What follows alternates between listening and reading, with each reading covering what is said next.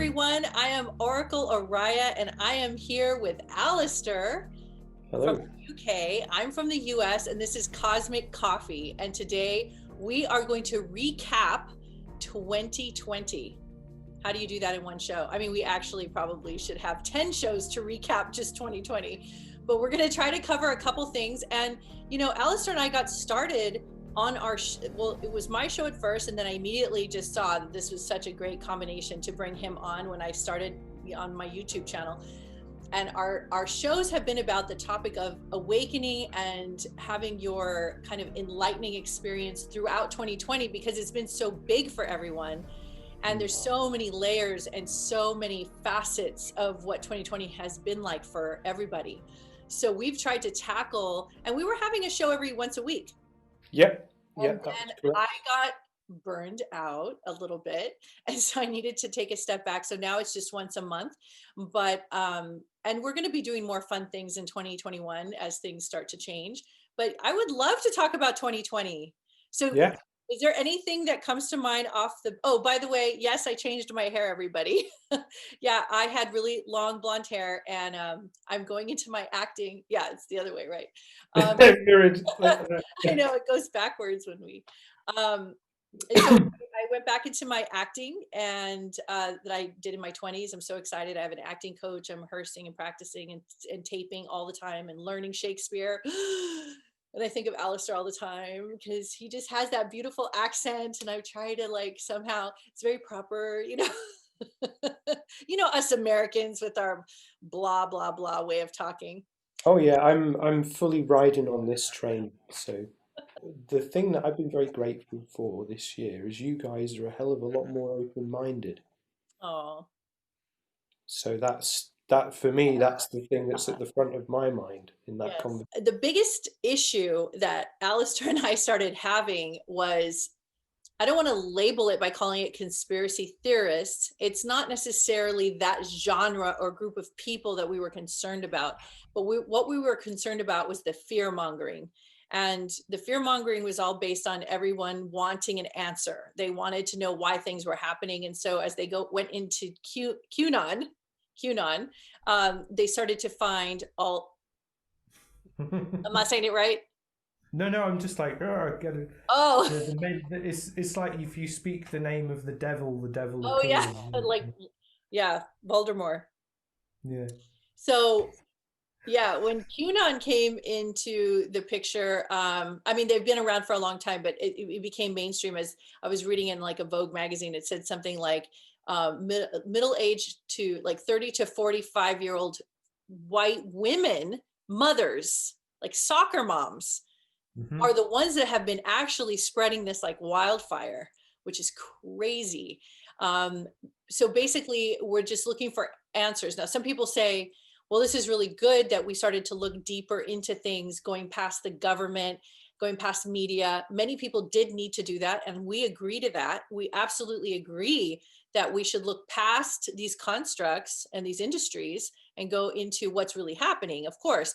But what happened is people started to find out that there was these rabbit holes, and these rabbit holes included, you know, drinking children's blood, and, you know, pedophilia at like massive degrees in every industry. I can just go on and on and on with all the things that people were finding, and then alien agenda, alien underground bases. So Alistair would come on the show and say, oh my God, you know, here's how I feel about it. And he was sharing how he felt, and I would give my 2 cents. And then we started realizing that we actually had to start really explaining what creation is. I know that's a really big statement to say, but from our vantage point about how you don't have to go into these stories doesn't mean they're not valid. It's not the question. I mean, Alistair and I are not questioning whether things are valid or not. It's not, are aliens real? Is alien agenda real? It could totally be real. All of it's real, or it's all not real. It doesn't matter. It's about the fact it's all creation, and it's where you want to hang your hat. It's what you want to believe in. And then that's when we started really going into the non-dualistic nature of our co-created activities that we have with each other. So we got pretty hot and bothered during that time period. I remember there was lots of yelling and long rants. I think that the overall thing is a lack of discernment and anything that appears sexy is always enticing. So the idea that there's stuff doesn't just happen at random sometimes, or that there's always going to be this big shadowy hand behind something, Right. makes people feel validated. Right. And then when And they it gives start them to feel, something to be angry about. well, yeah, the world has been, particularly if we lean to one side of the political spectrum, it thrives on outrage. Right. And it thrives on people being at each other's throats, and it thrives on the idea that there's a good and there's an evil, and there's all this dualistic shit flying around. And or you just the analogy that like it comes to mind is that some people will eat shit if it means the other person has to smell their breath. So Wow, they're that's there. a really great way of putting it. And to me, that's been one theme of 2020 is people just chomping down on the bad stuff just so people can smell it. Well, what's really interesting, and you probably have noticed, especially on Facebook and social media, where all the people that we have known in our lives as friends and family members, it's amazing the people who drank the Kool-Aid. It's amazing the people who stayed in the conversation, that we're fighting for our life. This is the final hour. This is the arc is coming. We have to wake up. December 21st is the end. And, shoot me with a lightning bolt right now. But I will say, numbers and dates, and I like numbers, but repetitive numbers, but I'm saying like dates, prediction dates, like December 21st with the planetary aspects, everything coming in. There's nothing there. I'm not trying to say that I understand or can decipher or even interpret what the planets are doing in that configuration. We will find out what happens, but I mean, my daughter's asking me, is it the end of the world on the 21st? I said, we've been through this so many times in other eras of our life, in different time periods. People thought it was the end of the earth. It's like the end times. The millennium bug. Yeah. Well. Remember that one. So I guess, you and I will find out on December 22nd. We will know if all the speculations of, the Galactic Federation coming down and, people just not accept that the Mayans didn't make their calendars anymore because they got colonized and exterminated. But there's supposed to be also a big conjunction, like planetary alignment, and there is truth to planetary influence.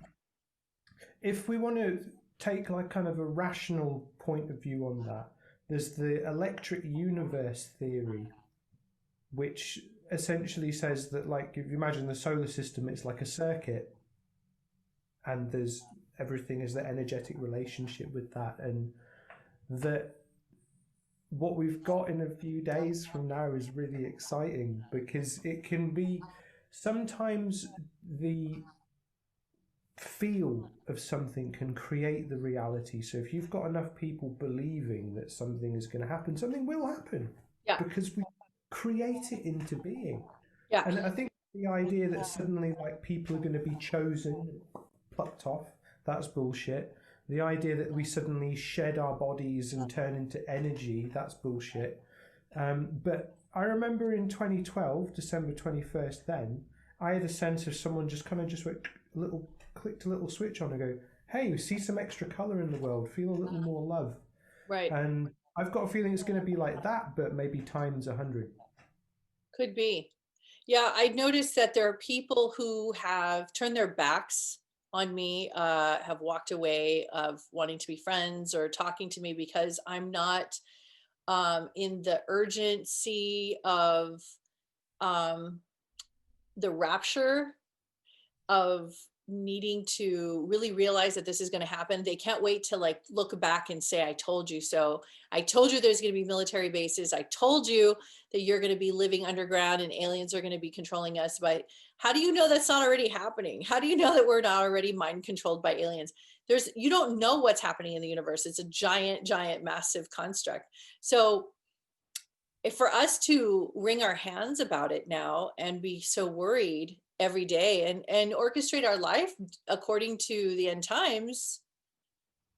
I mean, I don't want to be one of those naysayers that look like I have my head in the sand and I'm like, I don't see anything, I don't hear anything, nothing's going to happen. I'm not ever wanting to come across that way. I'm always open for anything. You know, I'm open for alien takeovers. I'm not saying it's not real. It's not like black or white like that. It's not, it's not like I'm saying, you know, underground bases are not real. I'm not saying any of that. It's just, how do I want to live my everyday life? I'm very aware of all these things, but I don't feel in jeopardy. Some people think that's naive, and those people are the ones that turn their back on me and have walked away. Like, they can't talk to me because I'm not respecting. That's their problem. Obviously, yeah. They've just made your life a bit easier I because hate to say that, but yes. it's true, man. Because Yeah. like, if people understood that duality is a construct to keep us divided, so previously it was religion was the big thing, now it's politics is the big thing, now race is coming back as a big thing, and then gender identity, sexual identity, all of these different things that some things people don't have control over, and some things people do. And when there's this idea of I'm right, you're wrong, and you can go to hell if you disagree Right. with me, they're kind of looping back down to the bottom of the scale of consciousness. And Right. it's like a slinky going down the stairs, and as it gets to the bottom of the stairs, it becomes very dense. I'm the first one to say, okay, so I don't agree with a lot of behavior certain people have. So, for instance, there's things that Trump has done or things that other people have done that don't feel like are conducive to the overall evolution of our planet. However, what it does show is that there is a need for evolution. So there is a benefit to every situation. You can always find something wrong with whatever someone is doing, and you could take sides. It's the taking of sides that's fascinating. I think that's the topic that we talked about for the whole 2020 was why do we need to take sides? What's the thing Why about should we? sides? You know, like, as far as I'm concerned, if we can disagree on things and still inhabit a middle ground, we can reach a deeper understanding, but also a greater strength. I like to always look at the planet as a big classroom, a science lab, and you have all these students and they have their laboratory and all their equipment and their little vials, and you have the couple lab teachers and student teachers in their white lab coats, and those are our spirit guides, you know, and our guides that come to us in our dream state and in our psychic state. And I feel like we're literally in this giant classroom, and we're all learning creation. We're all learning how to self-create, co-create, work together with our lab partners, not blow up the lab, not blow yourself up. And so it takes us thousands of attempts, and here we are. We finally like, okay, more people are starting to understand that this is something we have to pay attention to, that we can burn the lab down if we don't watch what we're doing. So more people are starting to communicate past the caveman level, the Neanderthal level. People are starting to put more consciousness into their conversations, more articulation. People are starting to want to connect. People want to heal each other and help each other more than any time in history, except for probably in ancient times when they were doing that, like in Kemet in Egypt and places like that. Even probably in the Mexican, you know, like South American Aztec cultures, they were probably doing a lot of healing type work for people. Atlantean, other civilizations that may or may not, some people think exist, but it's all a classroom. That was a nice navigation there of, I'm not saying they do, but I'm not saying that they don't. Yeah, exactly. And you know, if you look at it like this is a classroom and you really see that this is an opportunity for you to graduate this class, then taking yourself out of duality means that you're no longer saying that kid over there on the other side of the table did it wrong. I'm going to build a coalition and I'm going to try to like fight against the kids that do it like that. I mean, what about if we look at it like those kids are doing it like that because that's just where they're at, that's what they know. And then we're doing it different because maybe we did it like that in another lifetime, or we learned to do it like that. And we found out that that's not really a very pleasant way of creating. So it's like changing the perspective, changing our lenses of how we see our life. You know, it's more than just, God, it's like getting to the point now where it's like, you don't know who anybody is anymore, Alastair. I mean, do you notice that? Like people you thought you knew, they're starting to see things that you're like, whoa. For me, it's interesting because as I'm now a registered Ho'oponopono practitioner, in that we believe that we are 100% responsible for everything. So all those people saying those things, we are responsible for their existences, and we created them because they're in our lives. And what it reminds us to do is to clean the parts of ourselves that created this person. So for me, it's been very interesting because I kind of joined up with you midway through the year. So there's already a lot of this conversation's already going on, and I'm just kind of like sat on the fence going with my non-branded soda, watching this stuff going on like, Right. And I just find it very interesting because you've got the same in the UK. It's all about identity. And people there's a paradox called the black box decision-making model. And what that means is you cling to a familiar pillar, even if the pillar is collapsing, because the systems that arise around you are too complicated for you to immediately understand. Right. So, you know, with a lot of the political stuff that's been happening, and you can see that this is people going, no, we want to go back to this way. We want to hate people that are like brown and black and validate ourselves through the misery and suffering of others, and not acknowledge that our land is built on the blood and suffering of others that's still going on. And you try and have these conversations with people, and they're like, what are you saying about me? It's like, I'm not saying anything about you. I'm saying, let's examine our shared heritage. Let's examine what it means to be human now and in the future by integrating the past. And people don't want to integrate. And if they don't want to integrate, they don't want to progress. And if they don't want to progress as the world progresses, they get left behind. So they, like in the black box theory, they're clinging to that pillar as it's like going. So, I have noticed the last like few weeks online, the way people are speaking is changing, especially out here, because people are getting really exhausted and they're tired of the conversation. They're tired of media. They're tired of the lockdown. They're tired of being told what they can and cannot do, like all this stuff. And so some people are like, yeah, let's revolt against wearing masks. And yet other people are saying it's not about the masks. This is so much bigger than that. That is like one tiny component. It's not about the quality of life being taken from us. It's about how did we end up here, and why are we here, and why did we create this? And those conversations are starting to seep into the collective consciousness. Little by little, there's memes and funny, humorous things. People are starting to wonder, because they're so tired of trying to connect all the dots, going through all these rabbit holes, trying to find out who's their friend, who's not their friend, who's voting for who.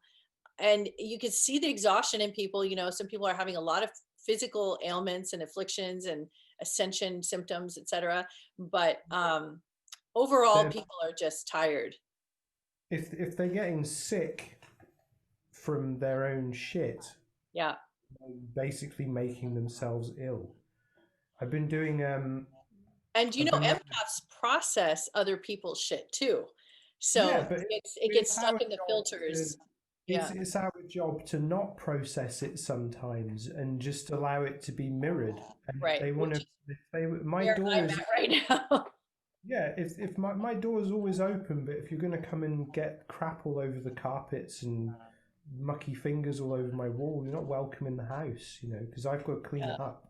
Well, that's what these last few months have been about for me, is I had to start removing myself and getting to that point of just silence and self-cleansing, taking care of myself a lot, because I am such a strong empath. Like, I filter through what a lot of people are feeling and thinking and processing. So I had to start taking care of myself. It was a big deal for me to do what I did this last year in the middle of everything, being a life coach and a shaman. My innate responsibility, my instinct is to help people. But then there's people like yourself who just like turned on all the midnight oil, and you're like, I got this. You go rest, Oriah. Yeah, well, it's. I love how you stepped into such a beautiful role this year. It was the time. Cometh the hour, cometh the man, as my dad would say, as he did say actually when I started doing all of this. But because, you did so many things this year, Alastair. You got certified in several different modalities. You started a couple different shows or like blogs, vlogs. Just the one. It's all within Oh, one. it's just the one. It just looks, and then you have the interviews I see with other people, but Yeah. it's just you really started speaking and speaking and speaking. And I've been speaking for 10 years and I actually got tired of speaking. I wanted to sit back and relax this time around.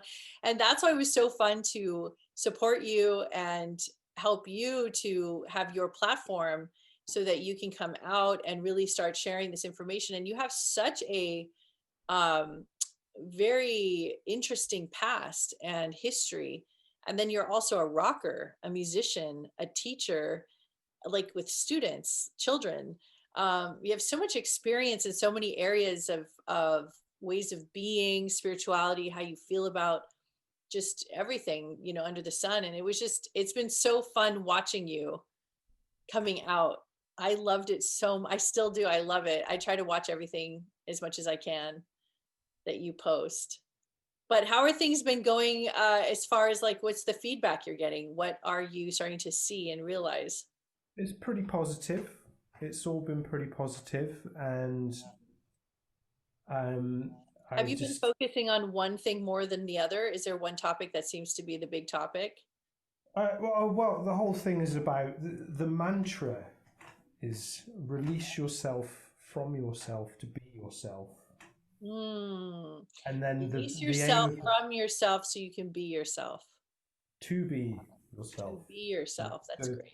So because there's a certainty in saying to rather than can, because it can, we're giving them a choice. You don't get a choice. You're either in the pocket or out of the pocket, free, running around, howling naked at the moon, having a good time. No, it's all about helping people with self-development so they can have self-expression, and it's a very simple. Boiled it right back to the absolute truth. And the more developed we are, the more expressive we can be. And I think there's, for me, in the kind of working in like this middle ground of spirituality, psychology, metaphysics, logic, philosophy, esoteric ideas, I just wanted to cut the crap as much as possible and make it as relatable. It's like, you want a higher consciousness, this is how you do it. You want to manifest, this is how you do it. You want to clear your limiting beliefs, this is how you do it. This is the process, this is the steps, here's some methodology that's drawn through this big filtration of all these different experiences and trainings. And I've got some more training coming up in the end of, I'm doing my EFT level 1 and 2 at the end of January and start of February. And there's a modality called matrix re-imprinting that I'm going to train in the coming year as well, which is based on EFT, but you have to do EFT level 1 and 2 first, where you're essentially, how in psychology they say that if you have a trauma, your personality can split in the trauma. So when you re-experience the traumatic activators later in life, right, you go into that kind of survival mode, or the shadow comes forward to just get you out of there. Matrix re-imprinting saying, yes, that happens, but also your consciousness splits as well. So you go in and you do the work, and with the tapping sequence and the way that it's done, you're actually tapping on yourself, but by doing that, you're tapping on the echo, they call it, which is the part of your consciousness that is existing in that pocket of time. Because as we know, linear time is bullshit, so everything's always happening all at once. And then we can go back and relive the memory. So we tap all of the intensity out of it.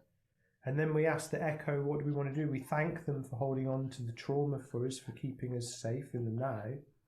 And then ask them, what do we want to do? What would you like to do? Do you want to go through this again, but I'm here with you? Or do you want me to call someone in, like a relative or a guide or something? Or you can send them somewhere.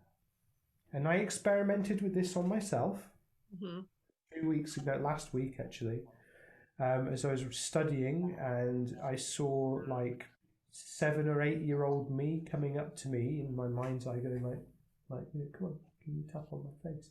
was like, hello, mate. How you doing? You know, I did a video about it. It was the multi-dimensional healing experience. And I thought, okay, this is wild. There's something that's trying to tell me. And the next day, I felt this presence with me when I was walking back from the shops. And then I come home, I watch Netflix, and then suddenly my lap gets really cold. Like there's this field, essentially. And it's the echo has come and wants to watch TV, and he's sitting on my lap like I used to do with my mum and my dad, and my partner is sat with me, and I'm like, can you feel this? Yes, I can. And we're both like, okay, this is kind of weird. And then because I was watching Star Trek at the time, a new series of Star Trek, and I've always loved Star Trek, so he wanted to watch Star Trek with me, so I was like, okay. And then once that had finished, he was like, what do you want to do? I was like, I want to see where you live. So I showed him around the house. There was like literally just this piece of consciousness with me. And then he said to me, I want to be with my grandparents. So then instantly, quick as a flash, my grandparents, who I've had sort of seen in the dream state and in meditations and in a few kind of wild experiences that I explain more in the video, have seen, appeared to me. And they were like, okay, yeah, we've got your back here. My granddad wanted to take him out into the garden. Wow. Because I used to go in the garden with my granddad a lot when I was a kid. And then he was like, go and get something to drink, and then when you finish your drink, come back, it will be time for us to go. So they leave them in the garden. I go inside, have a drink, I go upstairs to the bedroom, chat with my partner. And then I notice my grandmother is sat on the edge of the bed. And what me and my partner can both see, because the surprise, the bed sheet has geometrical patterns on it. Quelle surprise, is a visual distortion like this moving on the sheets, and then getting communication about certain things, and why am I not having much contact with my family, and this kind of all they can't, explaining all of these different things. And then she was like, it's time to go back now, and then go to the garden and see. And then as I get to the kitchen, there is the most ridiculous sunset outside.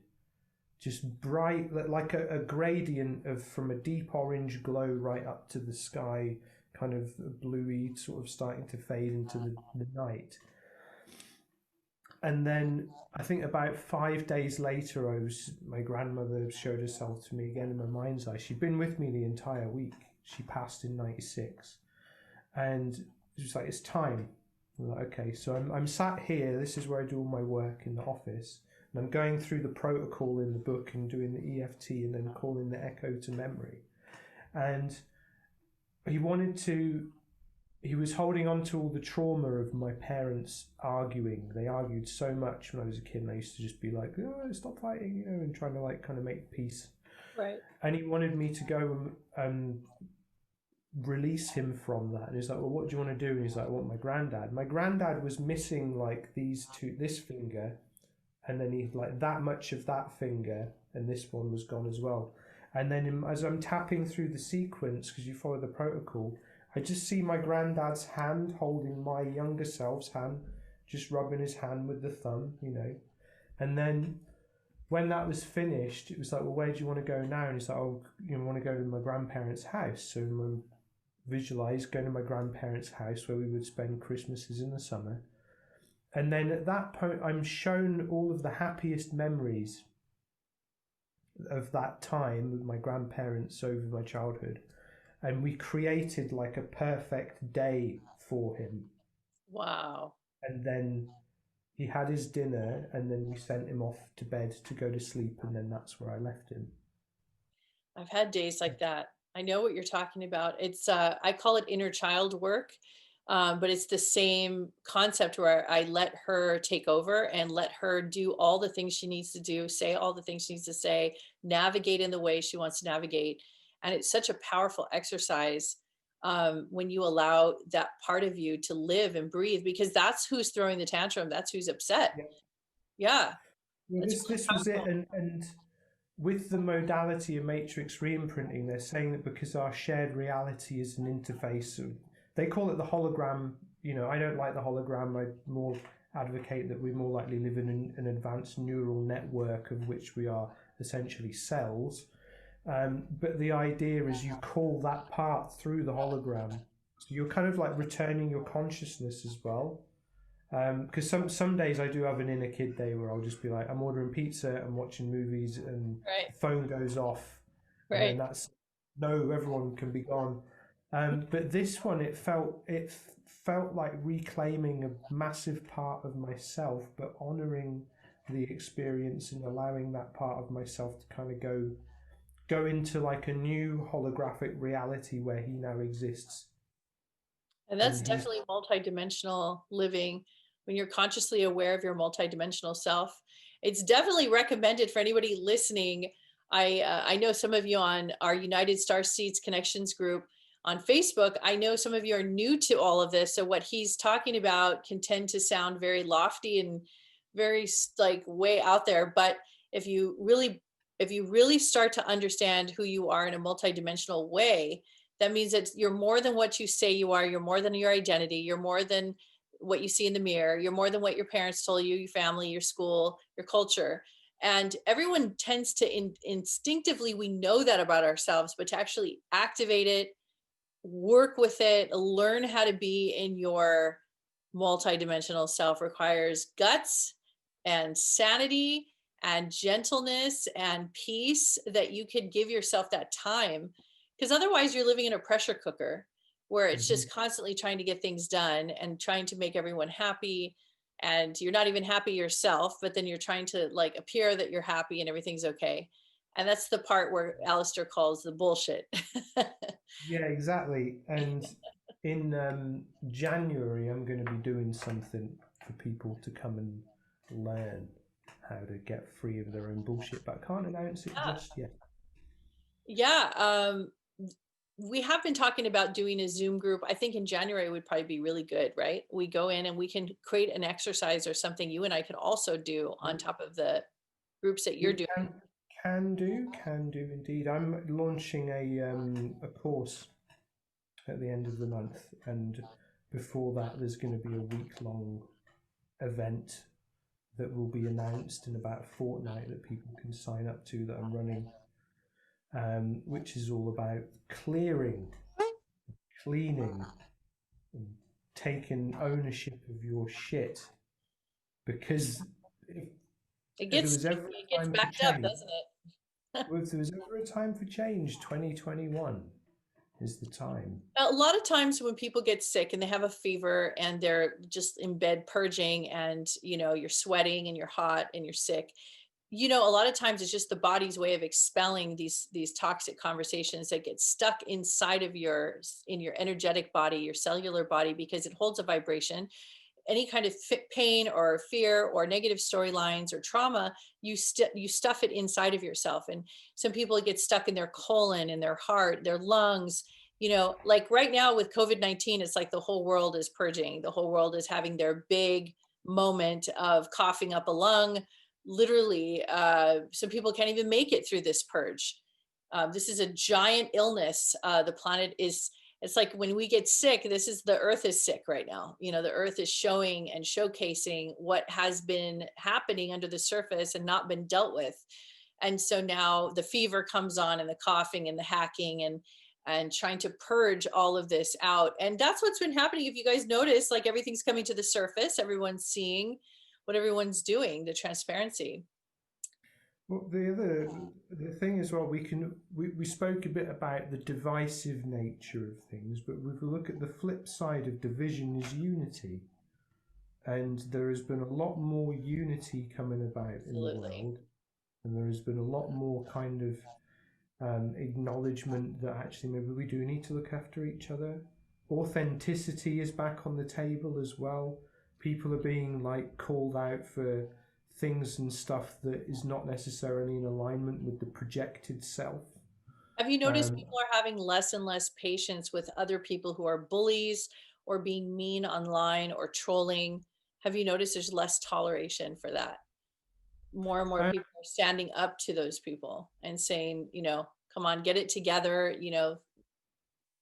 let's come Yeah, together. I haven't really been in that conversation so much because the conversation I'm having is more of a higher one, Yeah. and I've put myself in a position now where a lot of the things I would have previously gotten involved in, I just don't Have you because I'm noticed, have you noticed when you're reading other people's pages or you go to other people's social media and look at their thing, do you notice that some of the dialogue that they have or people are having with each other tends to be really aggressive? I mean, I've moved away from those groups, but like that was a big topic that you and I had about the Facebook groups where people were at war with would, would spirituality.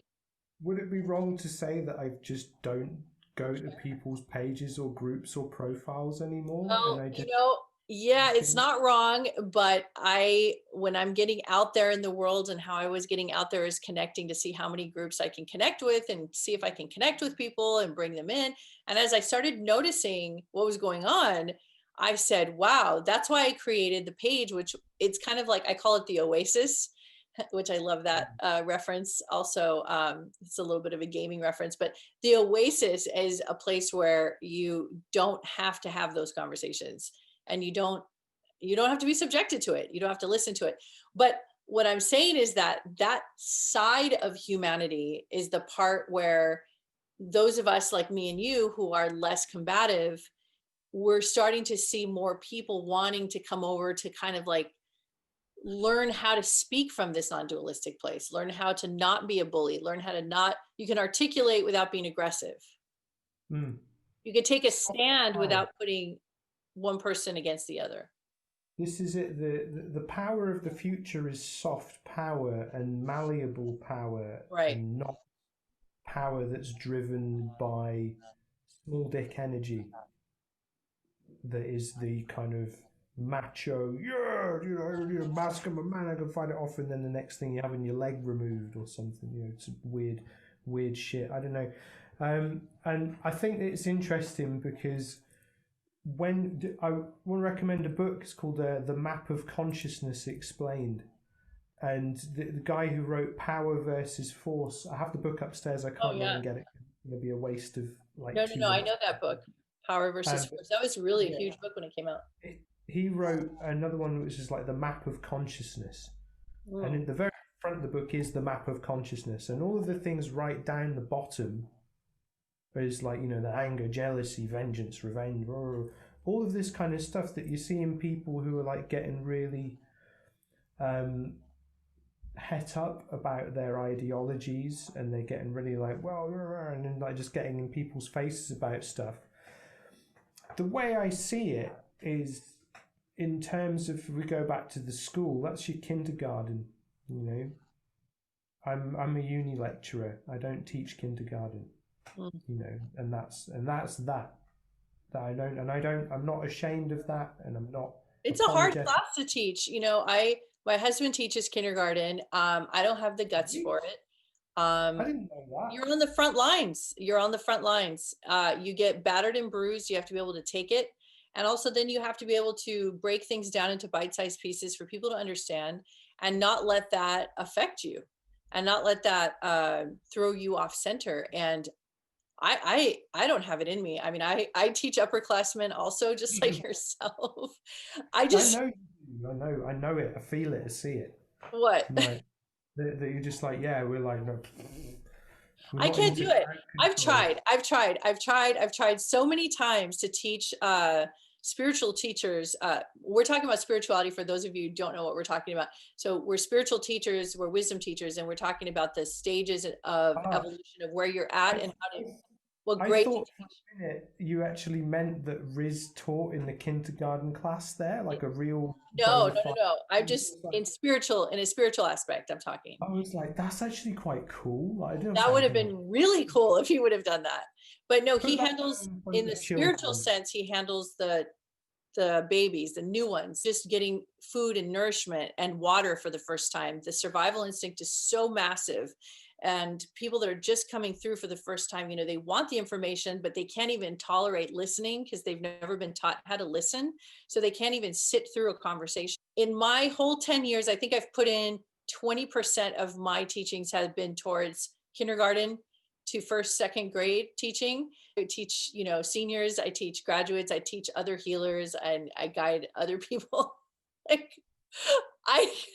sorry, I'm venting right now. I'm on a rant right now. I have this little platform, so I'm able to share it. Tis the way, as they might say. But you know, it's good to have you have to have every grade teacher, you know, every grade of teaching. So it's good to have, you know, your professors and your teachers that are teaching you the PhD program, your master's program. And I take pride in teaching those classes because of the articulation and the experience I have to have in order to teach it. It's very difficult. But you tolerate less from your students. So your students can't be wild and they can't be outrageous. They have to be able to hear and listen coherently and at least carry on somewhat of a conversation so you can get in there and help them to learn to articulate for themselves. That's the whole point. Like you said earlier, it's about self-creation. It's about creative expression. That's what it comes down to. So if you don't know how to creatively express and you're frustrated and you have a spiritual teacher guiding you, this is an opportunity for you to learn to listen and to learn to speak a new language, but you have to get past your defensiveness. Yeah. That's the big challenge. The moment that people accept they're 100% responsible for their experience and get over the initial shockwave for that. You know, I've always wanted to know in your community, like your local city, the people you know, your friendship group, and then like outside of that, are they more open? Because I don't have a very good gauge since I live in the epicenter. I live in Los Angeles. So it's like you throw a rock and there's some sort of spiritual thing happening. There's a lot of people out here that's in that conversation. So is it the same where you are? No. It's not.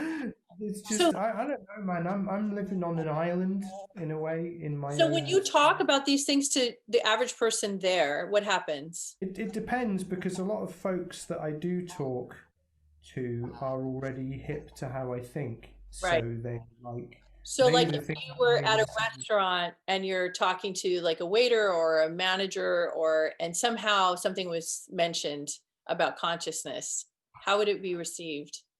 It depends. I'd probably frame it very simply. I see. Because I don't, as much as I don't teach kindergarten, it's an important skill. Well, that's what I want to know, because it sounds like, you know, you really are in a way, you're kind of in the front lines, you know, in the sense that you are really, there's not too many Alastairs out there.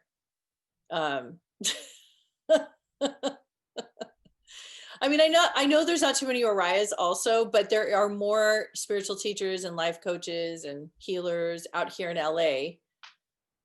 You know, I know it's bubbling up everywhere around the world, but it's my intention to come to LA and teach as well, because I know in my ways that I know things, that I will need to go over there and do some seminars and classes and do some talks and things, and just travel and do these talks, because it's weird, because people are more receptive to these ideas now than they were a couple of years ago. And then in the UK, people are kind of like, oh yeah, you know, you know what people do is they rent an RV, those big RVs, and they literally travel around the country and they work from their RV on their laptop. They book events and they go speak, and then they travel the whole country. It's the most amazing thing. What a wonderful lifestyle that is. You get to see. I'd maybe do that once for the experience, and then I would just be a bit more targeted afterwards. But yeah, I don't see why I could do that. Yeah. I want to go to Hawaii. That's where I want to go. Yes. Because that to me is like the... Which island would you go to? I don't know. I don't really know anything about it. I just hear this thing in my head going, must go to Hawaii. Yeah. You must go speak in Hawaii. Well, people say that, you know, each island represents a different chakra or a different vibration. So you have your masculine vibration. You have like Pele lives on the Big Island, and that's, you know, Hawaii. And everybody knows that that's like, you know, that's the volcanic side. That's where like the power, the yang energy resides there. And it's true. When I was there, I felt so energized from the ground up, like, buzzing. It's just such power. And then I went to Maui, which is right next door, and it was like night and day. It was the feminine, it was the yin energy. It was rolling hills and soft grasses and soft sunsets and soft lighting and everything. And I was going a bit crazy there though, because I needed more activity. That sounds like more like my kind of place. And for Riz too, Riz just absolutely fell in love with Maui, could live there forever. He just loved the energy, so soft and pristine. Long drives, and you have fields of like open green, whatever the plant life is there. And it's just like, you're in like some dream world. But there's some other islands I want to go to that have the big, tall, mountainous, I don't know what they're called, what island that is. There's a couple islands that have those really tall green mountain peaks. I would be up for that. I just want to go see everywhere. You know, I'm kind of hearing the call of the wild. What would it take for you to move out to LA and live in an RV? What would you have to do? Could you do it? Could you do it with the border situation, with the way the travel is right now with COVID? Is it possible coming from the UK to the US? You guys have got some shit to work through, so I'm going to let you do that first, and then I'll. We can't go anywhere. They've isolated. The world has isolated us to our own country. We're not allowed anywhere. Well, is there possibly a deeper meaning in that? I mean, you know, it's sad. A lot of people have gotten COVID. I know some people don't believe the numbers and it's all hype, but those of you watching, I know some of you have experienced losing people to COVID, and it's very real. So yeah, it's really interesting out here. Very interesting. A lot of fatigue. I see fatigue in people's eyes. Same with the UK. Things, it's kind of like a bit of a sit down and think about what you've done kind of thing.